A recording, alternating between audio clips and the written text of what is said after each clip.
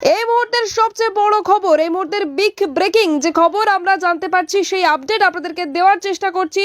জানা যাচ্ছে পাথর প্রতিমার গোবর্ধনপুরে 13 বছরের নাবালককে কুমির নিয়ে গেল নদীতে। আরও একবার জানিয়ে রাখি, এই মুহূর্তের সবচেয়ে বড় খবর, পাথর প্রতিমায় গোবর্ধনপুরে 13 বছরের নাবালককে কুমির নিয়ে গেল নদীতে।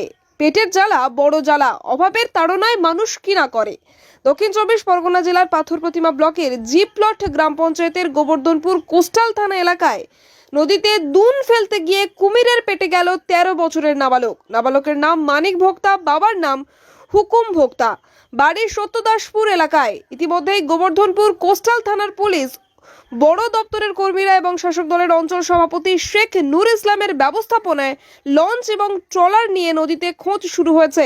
আমার ছোট ভাই আরেকজন এসে তোমার ওই কুমিরে যখন মুখে মারে তখন ওই ছেলেটা কুমিরটা জোর করে ছেলেটাকে টানার পরে কাঁচটা ছেড়ে দেওয়ার পরে ছেলেটা কুমিরটা এখানে ডুবে থাকার পরে যখন 5 মিনিট পরে ভেসে উঠে তখন ছেলেটার কোমরে কুমিরটার মুখটা ধরা ছিল, ঠিক আছে।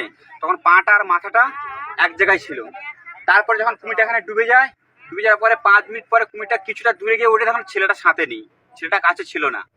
দেখা দেখি আবার উঠে যাচ্ছে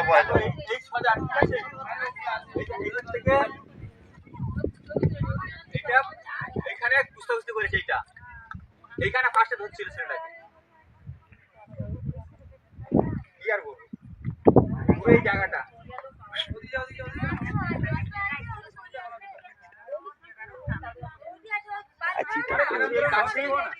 কাছিটা ফার্স্টে ধরেছিল, ঠিক আছে। কাছিটা ধরে থাকার পরে তারপরে তোমার তুই ধরে লেগেছি।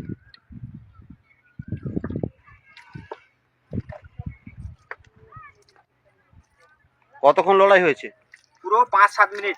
ছেলেটাকে যে ধরেছে, ছেলেটাকে কাছিটা ফার্স্টে ধরেছিল 5 মিনিট মতন, ঠিক আছে।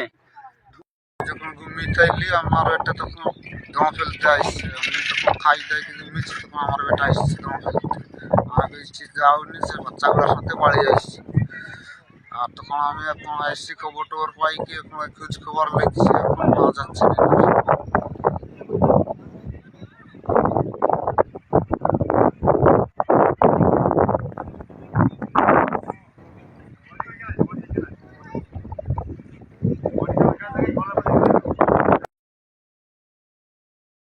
দক্ষিণ চব্বিশ পরগনা থেকে গোপাল সিলের রিপোর্ট, ডিএন নিউজ বাংলা।